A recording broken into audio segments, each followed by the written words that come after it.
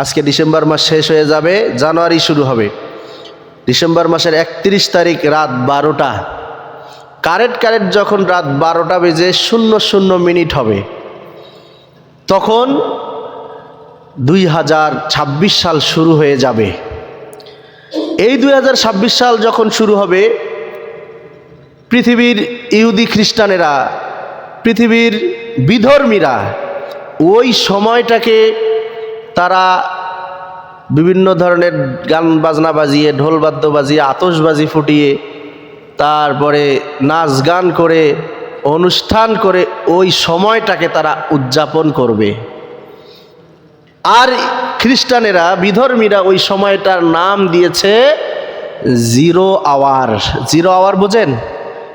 25 সাল যখন শেষ হয়ে 26 সাল শুরু হবে, ঠিক রাত 12টা বেজে 00 তারা 12টার কাঁটাটাকে 00 করে দেবে, তারপরে ঘন্টার কাঁটা 0 করে দেবে, মিনিটের কাঁটাও 0 করে দেবে, সেকেন্ডের কাঁটাও তারা 0 করে দেবে। মানে যে কয়েকটা ডিজিট আছে, প্রত্যেকটা ডিজিটেই সংখ্যাকেই তারা 0 করে দেবে, দিয়ে ওই সময়টার নাম দিবে তারা জিরো আওয়ার। ওই সময়টার নাম দিবে কি? Zero hour. নাম দিয়ে তারা ওই সময়টাকে একটা অনুষ্ঠান হিসাবে উদযাপন করবে, যে অনুষ্ঠানের নাম হচ্ছে 31st নাইট। যে অনুষ্ঠানের নাম কি? 31st night. এখন এখানে যারা মুরব্বী আছেন বা যারা এই নামটা শোনেন নাই, হঠাৎ করে নামটা শুনে মনে হবে, হুজুর ইংরেজিতে এটা কি বললেন, এটা তো আমার বাপের জন্মে আমি শুনি নাই। ঠিক কিনা বলেন? যারা মুরব্বী আছেন, যে হুজুরে কিটা বললেন, এটা বাপের জন্মেও তো আমি শুনি নাই, কিসের জিরো আওয়ার আর কিসের 31st নাইট। সম্মানিত প্রিয় উপস্থিতি, আসলেই কথা সত্য। আজ থেকে 15 বছর, 20 বছর আগেই, 25-30 বছর আগেই এই উপমহাদেশের মানুষ, এমনকি বাংলাদেশের মানুষ 31st নাইট কি জিনিস, জিরো আওয়ার কি জিনিস, এইটা বাংলাদেশের মানুষ আজ থেকে 25-30 বছর আগে এটা শোনে নাই। ঠিক কিনা বলেন? আজ থেকে 25-30 বছর আগে এই শব্দটা তারা শোনে নাই। কিন্তু আজকে যুব সমাজের ভিতরে জিজ্ঞাসা করে দেবেন, আমাদের যাদের সন্তানেরা, নাতিপুতিরা আছে, যে ভাই 31st নাইট কি, তারা সুন্দরভাবে বলে দেবে, যেটা একটা উদযাপন হয় বৎসর শেষে, নতুন বৎসর যখন শুরু হয়, গান বাজনা বাজিয়ে, নাচ গান করে, আতশবাজি ফুটিয়ে, আলোকসজ্জা করে একটা নাইট উদযাপন হয়, বৎসরের শেষ নাইট। এই নাইটের, এই রাইতের নাম হচ্ছে 31st নাইট। সম্মানিত প্রিয় উপস্থিতি, সম্মানিত হাজিরিন, যেহেতু আজকে আমাদের সমাজে এটা সয়লাভ হয়ে গিয়েছে, আমাদের গ্রামগঞ্জে একটু কম আসলেও শহরগুলোতে এই 31st নাইট অনুষ্ঠানটা সয়লাভ হয়ে গিয়েছে। আমাদের যুব সমাজরা আজকে ওই অনুষ্ঠানগুলোর দিকে ধাবিত হয়ে যাচ্ছে। আজকে আমাদের সমাজগুলো ওই অনুষ্ঠানগুলোর দিকে ধাবিত হয়ে আজকে আমাদের সমাজগুলোর সংস্কৃতিগুলো নষ্ট হয়ে যাচ্ছে, যার কারণে এইগুলো আমাদের শোনার দরকার আছে না নাই? কতটা জঘন্যভাবে এই 31st নাইটটা আমাদের মাঝে আসলো, এই ইংরেজি সালটা কিভাবে আমাদের মাঝে আসলো, যদি শোনেন, একদম সংক্ষিপ্ত বলবো, যদি শোনেন তাহলে বুঝতে পারবেন। প্রাচীন যুগে, আমি আমার মূল আলোচনায় চলে গিয়েছি, প্রাচীন যুগে যারা রোম ছিল, রোমেরা, এই প্রাচীন রোমেরা, তারা এমন কোনো জিনিস ছিল না যেইগুলোর পূজা তারা করতো না। তারা বিভিন্ন জিনিসের তারা পূজা করত। তারা গাছের পূজা করত, তারা আগুনের পূজা করত, তারা মাছের পূজা করত, তারা পাথরের পূজা করত, তারা আসবাবপত্রের বিভিন্ন জিনিসের তারা পূজা করত। এরকম অনেক কিছুর তারা পূজা করেছে, এমন কিছু ছিল না যেইগুলোর পূজা তারা করে নাই। প্রত্যেকটা জিনিসের পূজা তারা করেছে, এমনকি অনেক মূর্তিরও তারা পূজা করেছে। প্রাচীন রোমেরা, সম্মানিত প্রিয় ভাইরা আমার, অনেক মূর্তির পূজা করেছে। তার মধ্য থেকে একটা মূর্তি ছিল, যেই মূর্তিটার নাম হচ্ছে জানুস। যে মূর্তিটার নাম কি? জানুস। এই মূর্তিটার 2টা মাথা ছিল। জোরে বলতে হবে, কয়টা? শুনতেছেন আপনারা? 2টা মাথা ছিল। এই জানুস মূর্তিটার 2টা মাথা ছিল। তারা তাদের বিশ্বাস মতে যত মূর্তি আছে, সমস্ত মূর্তির চাইতে এই জানুস মূর্তিটা, এই জানুস দেবতাটার শক্তি, ক্ষমতা সবচাইতে বেশি। নাউজুবিল্লাহ, বাড়ি যায় এখন। কোন দেবতা, কোন মূর্তির শক্তি বেশি হতে পারে? তার 2 হাতে, এক হাতে ছিল চাবি, আর এক হাতে ছিল লাঠি। বুঝতে পেরেছেন? আজকে যারা মোবাইল ফোন চালান, অ্যান্ড্রয়েড মোবাইল ফোন যাদের ইন্টারনেট আছে, তারা গুগলে গিয়ে সার্চ দেবেন জানুস দেবতা। কি সার্চ দেবেন? জানুস দেবতা, বাংলাতে লিখবেন জানুস দেবতা।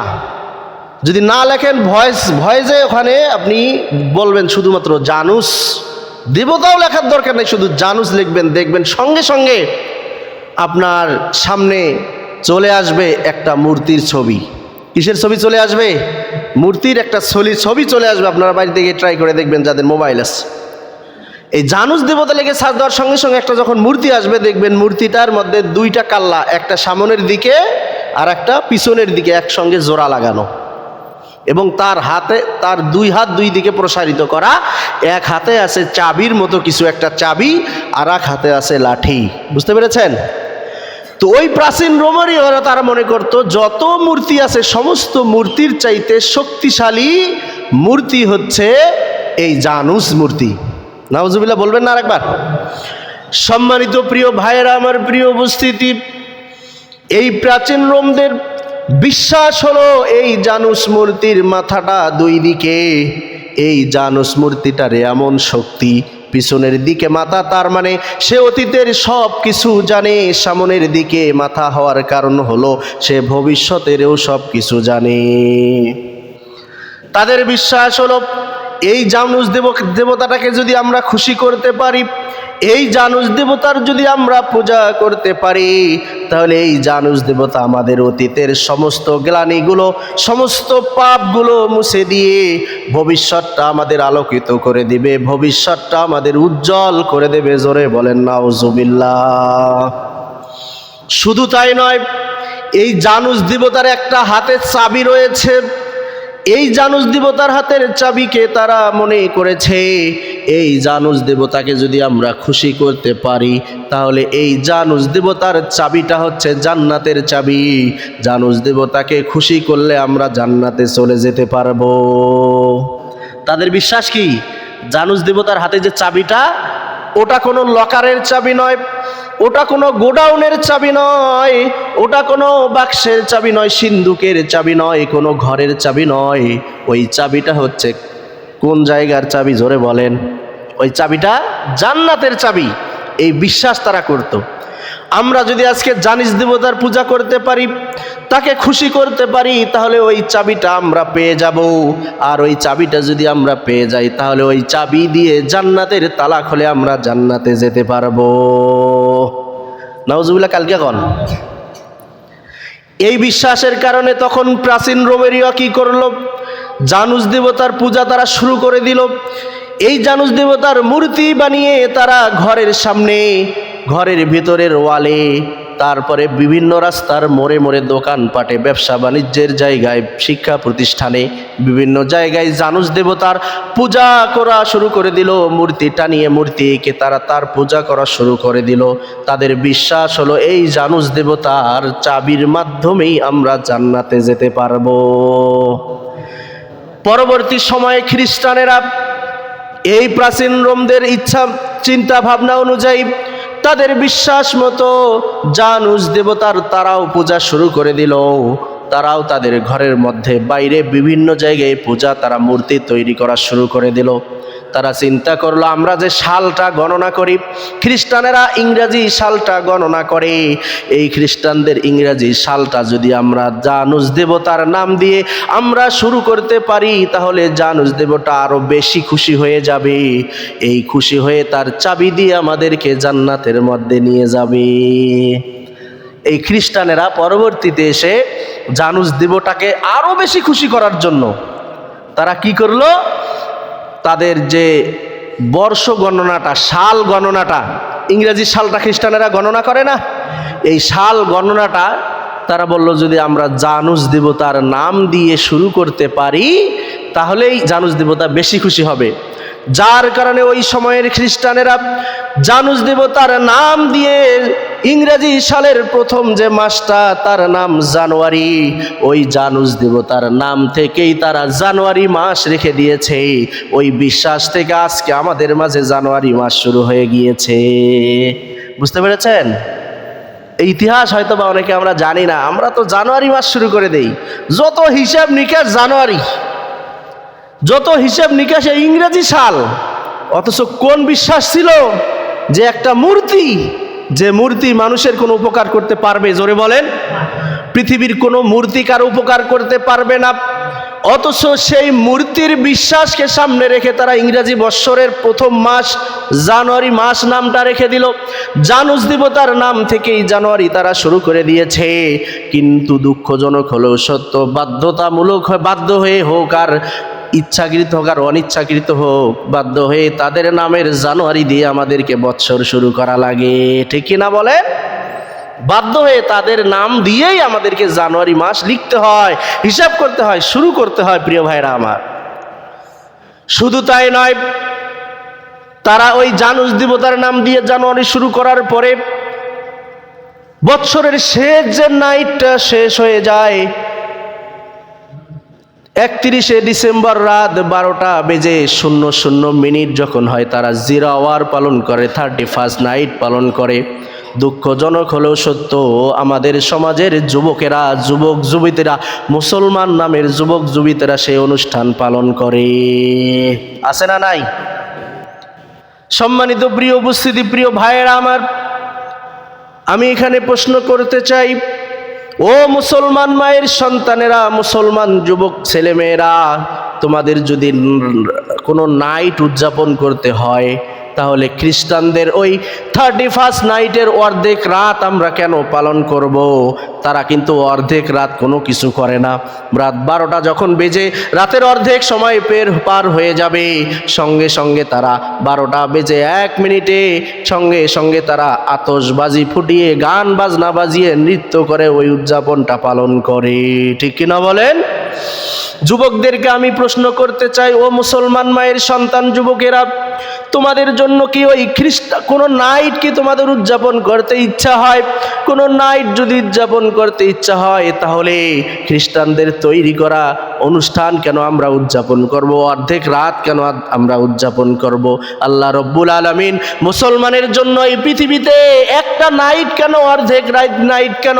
আল্লাহ রব্বুল আলামিন মুসলমানদের নাইট উদযাপন করার জন্য আল্লাহ তাআলা 365টা নাইট আল্লাহ তাআলা আমাদেরকে দিয়ে দিয়েছে, ঠিক কিনা? মুসলমান মায়ের সন্তানদের যদি রাত উদযাপন করতে এত ইচ্ছা হয়, প্রত্যেক বছর আল্লাহ রব্বুল আলামিন 2টা আনন্দের নাইট দিয়েছে, 2টা ঈদের দিন দিয়েছে। একটা হইতেছে ঈদুল ফিতর, আর একটা হচ্ছে ঈদুল আজহা। জোরে বলেন, ঠিক কিনা? খ্রিস্টানেরা ওই একটা নাইট পালন করে। উৎসব পালন করার জন্য কেন একটা নাইট খ্রিস্টানদের কাছ থেকে আমাদেরকে ধার নিতে হবে? উদযাপন করার জন্য কেন একটা রাত খ্রিস্টানদের কাছ থেকে ধার নিতে হবে? মুসলমানদেরকে আল্লাহ বৎসরে 2টা দিন দিয়েছে, 2টা নাইট দিয়েছে, যেই 2টা নাইট মুসলমান মায়ের সন্তানেরা আনন্দ উৎসব করে, উল্লাস করে উদযাপন করবে। জোরে বলেন, ঠিক কিনা? 2টা ঈদ, ঈদুল ফিতর আর ঈদুল আজহা। খ্রিস্টানদেরকে তো আল্লাহ এগুলো দেয় নাই। তারপরে 365টা রাত আল্লাহ আমাদেরকে দিয়ে দিলেন, আর বলে দিলেন, ও বান্দারা, রাত জাগার এতই যদি ইচ্ছা হয়, রাত জাগার যদি এতই তোমার ইচ্ছা হয়, ও বান্দা, গভীর রাত্রে ঘুম থেকে উঠে উজু করে তাহাজ্জুদের নামাজের মধ্যে তুমি দাঁড়িয়ে যাও, আর আমি আল্লাহর কাছে তুমি তোমার চোখের পানি ফেলিয়ে গুনাহ মাফের জন্য দোয়া করো। আমি আল্লাহ রব্বুল আলামিন তোমার জীবনের সমস্ত গুনাহগুলো মাফ করে দেব। সুবহানাল্লাহ। আল্লাহ রব্বুল আলামিন সূরা বনী ইসরাঈলের মধ্যে জানিয়ে দিলেন, ওয়া মিনাল লাইলি ফাতাহাজ্জাদ বিহি নাফিলাতাল লাকা আসা আইয়াবআসাকা রাব্বুকা মাকামাম মাহমুদা।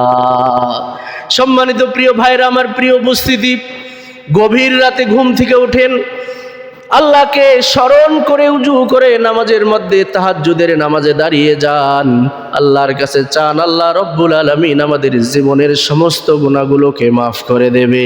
সুবহানাল্লাহ। তাহলে আজকে কেন আমাদেরকে ইহুদি খ্রিস্টানদের কাছ থেকে নাইটগুলো হাওলাত করে নিতে হবে?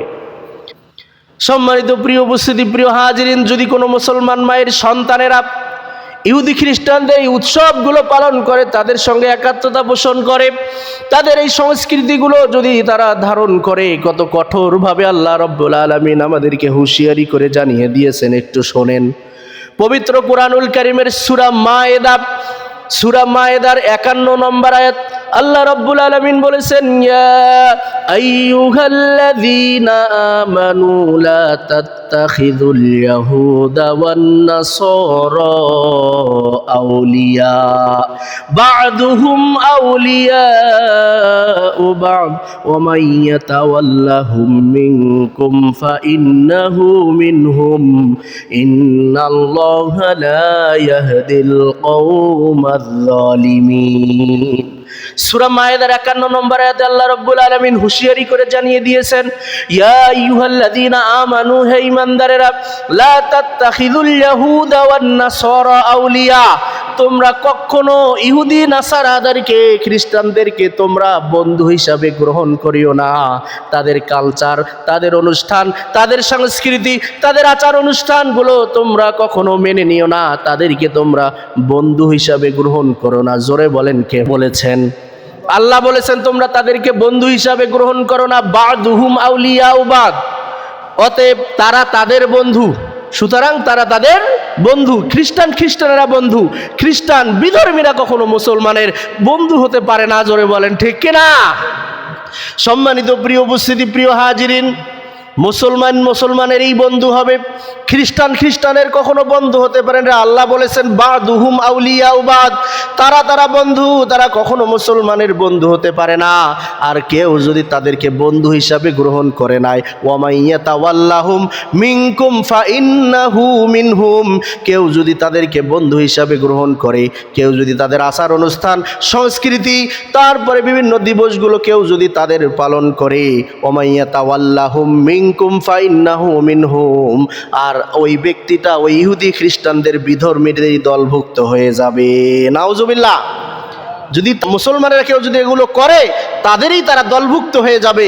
আর তাদের দলভুক্ত হলে আল্লাহ রাব্বুল আলামিন কি বলেছেন? তাদের জন্য আমি আল্লাহ, ইন্নাল্লাহা লা ইয়াহদিল কওমায যালিমিন, এই সকল যারা জালেম হবে, এই সকল যারা বিধর্মী হবে, তাদের জন্য আমি আল্লাহ কখনো হেদায়েত দান করি না।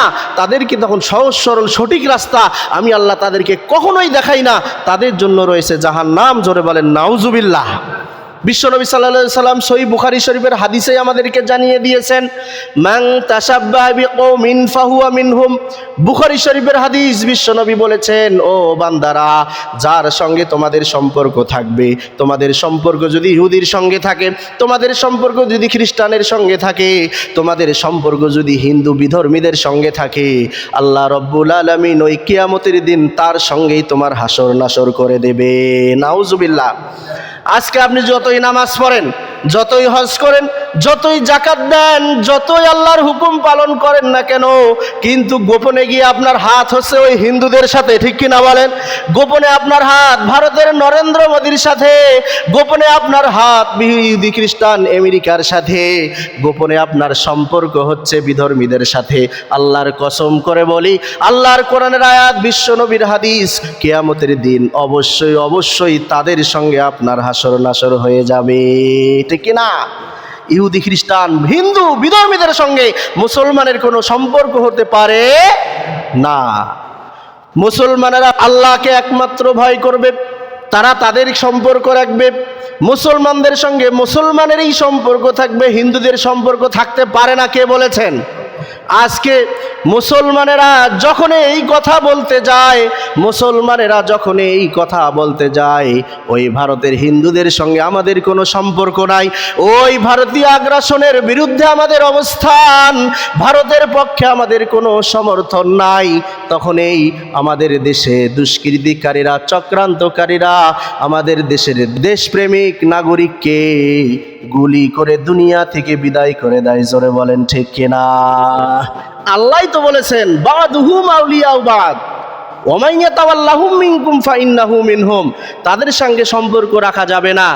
আর তাদের সঙ্গে যারাই সম্পর্ক না রাখার কথা বলে, তাদের আগ্রাসনের বিরুদ্ধে আজকে যারাই কথা বলে, তাদেরকেই আজকে দুনিয়া থেকে বিদায় করে দেওয়া হয়। জোরে বলেন ঠিক কিনা? ভারতীয় আগ্রাসনের বিরুদ্ধে যারাই আমাদের দেশে কথা বলেছে, তাদেরকেই শহীদ হতে হয়েছে। আমরা আজকে জানিয়ে দিতে চাই, 2025 সাল শেষ হয়ে যাচ্ছে, আগামী বৃহস্পতিবার থেকে 2026 সাল শুরু হয়ে যাবে। এই নতুন বৎসরটা আমাদের জন্য নতুন একটা স্বাধীনতার বৎসর হিসাবে শুরু হবে। আমাদের এই দেশটা কখনো আমরা ভারতীয় আগ্রাসন, ভারতীয় হিন্দুত্ববাদীদের হাতে বিক্রি করে দিতে পারি না, ঠিক কিনা বলেন? সম্মানিত প্রিয় ভাইরা, আমার প্রিয় উপস্থিতি, আমরা তাদেরকেই ভালোবাসবো, তাদেরকেই চাবো যারা ভারতীয় আগ্রাসনের বিরুদ্ধে কথা বলবে, তাদেরকেই আমরা ভালোবাসবো, জোরে বলেন ঠিক কিনা? আজ ভারতকে কেউ খুশি করার জন্য চক্রান্ত করে, ভারতকে যদি কেউ রাজি খুশি করার জন্য ষড়যন্ত্র করে, আমরা তাদেরকেও বিগত সময়ের ফ্যাসিস্টদের মতো এই দেশ থেকে আমরা এক কিক মেরে ভারতের মধ্যে পাঠিয়ে দেব, জোরে বলেন ঠিক কিনা? কেননা বিধর্মীদের সঙ্গে, হিন্দুদের সঙ্গে, খ্রিস্টানদের সঙ্গে, জালিমদের সঙ্গে মুসলমানের কোনো সম্পর্ক থাকতে পারে না। কে বলেছেন? কে বলেছেন? সম্মানিত প্রিয় ভাইরা, আমার প্রিয় উপস্থিতি, আজ মুসলমানদেরকে এক হতে হবে। কি হতে হবে? এক হতে হবে। এক হয়ে লড়াই করে আমাদের দেশের স্বাধীনতা, সার্বভৌমত্বকে রক্ষা করতে হবে। যতই আমাদের দেশে জুলুম আসুক, নির্যাতন আসুক, চক্রান্ত আসুক, হাজার হাজার মানুষ রক্ত দেবে, তারপরও আমাদের দেশের স্বাধীনতা, সার্বভৌমত্ব এবং আমাদের সম্পর্ক কোনো বিধর্মীদের সঙ্গে হতে পারে না, জোরে বলেন ঠিক কিনা? বিধর্মীরা মানুষের কখনো বন্ধু নয়। সম্মানিত প্রিয় উপস্থিতি, প্রিয় হাজিরিন, আজকে 71 সালে পাকিস্তান আমাদের কাছ থেকে পরাজিত হয়ে চলে গিয়েছে, যায় নাই? আমরা একদিক থেকে পাকিস্তান আমাদের শত্রু, কিন্তু প্রকৃতপক্ষে তারা মুসলমান না। পাকিস্তান মুসলমান রাষ্ট্র না, অথচ বাংলাদেশকে নিয়ে ষড়যন্ত্র করা হচ্ছে। বাংলাদেশের বিভিন্ন বিষয় নিয়ে ভারত নাক গলায় দিছে, বিভিন্ন ষড়যন্ত্র করতেছে। পাকিস্তানের বর্তমান সরকারি দলের একজন নেতা, সে স্পষ্ট ভাষায় ঘোষণা দিয়েছে, যারা ইন্টারনেট ব্যবহার করেছেন দেখেন, সে মুসলমান। স্পষ্ট ভাষায় ঘোষণা দিয়েছে, যদি বাংলাদেশের যদি কেউ যদি চোখ তুলে তাকায়, তাহলে আমাদের মিসাইল ভারতের প্রত্যেকটা জায়গায় হানা দেবে, জোরে বলেন ঠিক কিনা? সম্মানিত উপস্থিতি, সম্মানিত হাজির, সে মুসলমান। মুসলমানের পাশে সবসময় মুসলমানেরাই থাকে, জোরে বলেন ঠিক কিনা? ইহুদি খ্রিস্টানরা থাকে না, তারা থাকলেও তাদের স্বার্থের জন্য তারা থাকে। হয়তো বা বলবেন, বা এক সময় অনেকে বলেছে ভারত আমাদেরকে স্বাধীনতা যুদ্ধের সময় সাহায্য সহযোগিতা করেছে। সাহায্য সহযোগিতা করলেও তাদের সেখানে স্বার্থ ছিল, ঠিক কিনা বলেন? তাদের সেখানে স্বার্থ ছিল না। তারা চায় বাংলাদেশ যদি স্বাধীন হয় তাহলে আমাদের আওতায় থাকবে, যার কারণে আমরা সহযোগিতা করি। এই স্বার্থে তারা আজকে বাংলাদেশকে সাহায্য সহযোগিতা করেছে, তাছাড়া অন্য কোনো স্বার্থে তারা সাহায্য সহযোগিতা করে নাই, ঠিক কিনা বলেন? প্রিয় ভাইরা, আমার সময় পার হয়ে গেছে, আপনাদেরকে আর কষ্ট দেব না। আমি যে বিষয়টা নিয়ে আপনাদের সামনে আজকে আলোচনা করলাম, এই বিষয়ের মূল সারমর্ম যে বিষয়টা, সেটা হচ্ছে মুসলমানের সঙ্গে বিধর্মীদের কোনো সম্পর্ক থাকতে পারে না। এটাই আমাদের আজকের আলোচনার মূল শিক্ষা। শুধু সম্পর্ক কেন, তাদের ধর্মীয় অনুষ্ঠান, তাদের সংস্কৃতি, তাদের কালচার, তাদের 31st নাইট, তাদের জিরাওয়ার কোনো অনুষ্ঠান এই মুসলমানেরা পালন করতে পারে না। এটাই হলো আমাদের পরিষ্কার কথা। অতএব আসুন, 2025 সাল শেষ হয়ে গেল, 26 সাল শুরু হতে যাচ্ছে। আমরা আল্লাহর কাছে দোয়া করব, আল্লাহ রব্বুল আলামিন যেন আমাদের সকলের বিগত জীবনের সমস্ত গুনাহগুলোকে যেন আল্লাহ মাফ করে দেন, জোরে বলেন আল্লাহুম্মা আমিন। এবং নতুন বছর যেন আমরা নতুনভাবে শুরু করতে পারি, আল্লাহর হুকুম দিয়ে, দিন কায়েম দিয়ে, এই দেশে শান্তি প্রতিষ্ঠার মাধ্যমে যেন নতুন বছরটা শুরু করতে পারি।